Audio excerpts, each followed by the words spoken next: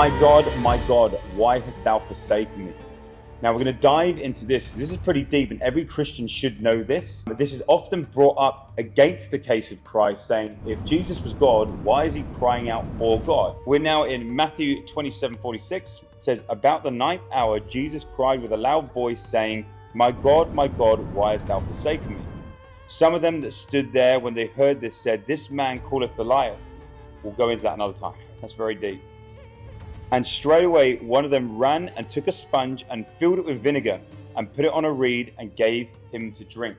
This is the King James Version. So a few things there. We're going to address the why hast thou forsaken me, why he said that. But we need to understand as well what this sponge and vinegar is. Now, I've actually heard people say that this is them giving Jesus vinegar so it can soften how he's feeling, to make him feel a bit better. He's being crucified. The Romans here and the Pharisees around, they're there to see him through to death. Crucifixion is a form of torture. They're not trying to make it an easy ride for him. In fact, they're all railing at him. They're spat on him. They've laughed and joked and written above his head, King of the Jews. Like, this is a mockery. They're not trying to make this easy on him. So what's the sponge and the vinegar? Was he thirsty? They're going to feed the guy who just said, why have you forsaken me? And now they're just going to give him something to drink? Really have a think about this practically. Why is that there? I'll tell you why. Because the Romans used to have their hygiene. They didn't have toilet paper. They used sponge and vinegar and sometimes seawater to wash it off. It'd actually be a communal thing. Sometimes they put it on a stick and pass it around. So this sponge that was given to Jesus to put in his mouth was basically a toilet brush. So they've just basically stuck a toilet brush in Jesus' mouth. Why would you do that? And why now? Glad you asked. Back then they had the Old Testament, and they didn't have chapters and verses like we have now. So the only way they could refer to where they were speaking about is by describing it. The best way of saying that is, imagine if we didn't have names for songs, and I went to you, and excuse the singing, my loneliness is killing me. I don't know why I always choose that to explain it. It's Britney Spears, right? So instantly you can carry on that song and know exactly what I'm talking about. That's what they used to do, is they'd say the first few lines of what they were talking about, and the Pharisees, who mostly memorized the Torah, knew exactly what they were referring to. So the question is, my God, why have you forsaken me? Where's that? The answer is Psalm 22. Now, if we go over to Psalm 22, it starts with, my God, why hast thou forsaken me? Why art thou so far from helping me and from my words of my roaring? Now, as I carry on this, you have to remember that this is a prophecy forward. This particular here, this psalm, is a prophecy forward for the coming Messiah. And my tongue cleaveth to my jaws, and thou hast brought me into the dust of death. For dogs have compassed me, my assembly of the wicked have enclosed me. They pierced my hands and my feet. Pause. So you've got to imagine right now, the Pharisees have managed to do what they've been set out to do. Jesus is up on a cross. They think they're winning here. They think they're getting a man for blasphemy. But also remember, this man has picked up a lot of a following because he's doing impossible things. And more than ever, he's threatening the Pharisees, who are fallen human beings. They're fallen men who love that people pretty much worship them.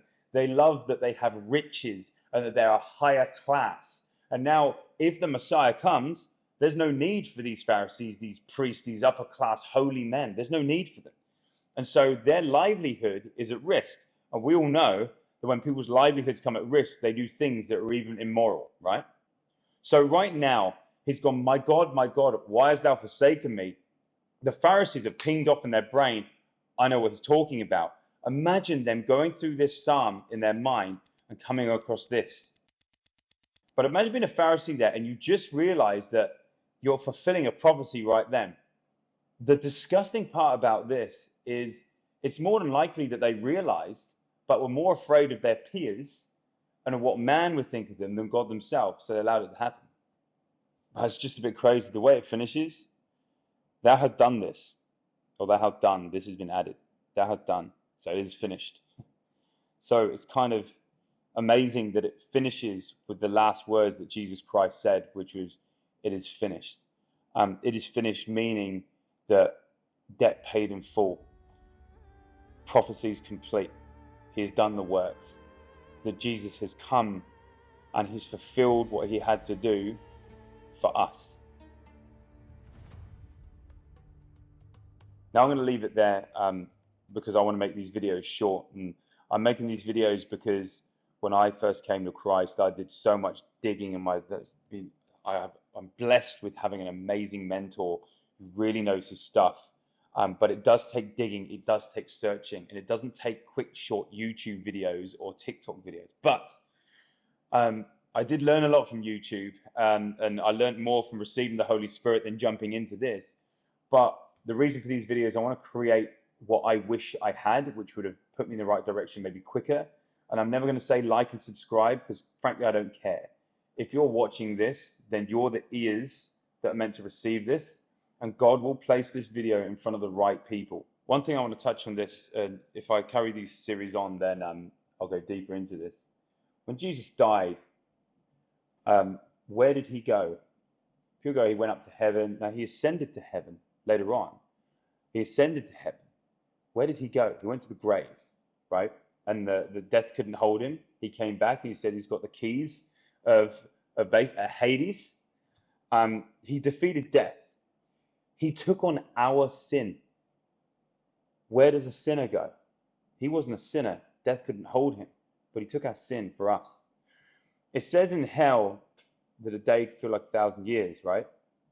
So 3 days, and this is just my own pondering now, 3 days could be 3,000 years in hell in an environment that you couldn't even fathom. So when Jesus was in the garden and he was sweating blood, that is actually a medical condition where blood vessels can burst and you can excrete blood over extreme anxiety. So think the worst and most stress you've ever felt. You had nothing compared to this because he knew what was coming. And people think he knew the crucifixion was coming. Now I push it one step farther. Is it possible that he knew by taking on the sin of the world where a sinner goes and where he's going? The realization of this puts the sacrifice that he did so much further than we think. And the fact that he said, "Father, let this cup pass from me, but not my will be done, yours." Knowing the magnitude of what he's about to take on, so fully man, but did it anyway. I'll leave it there.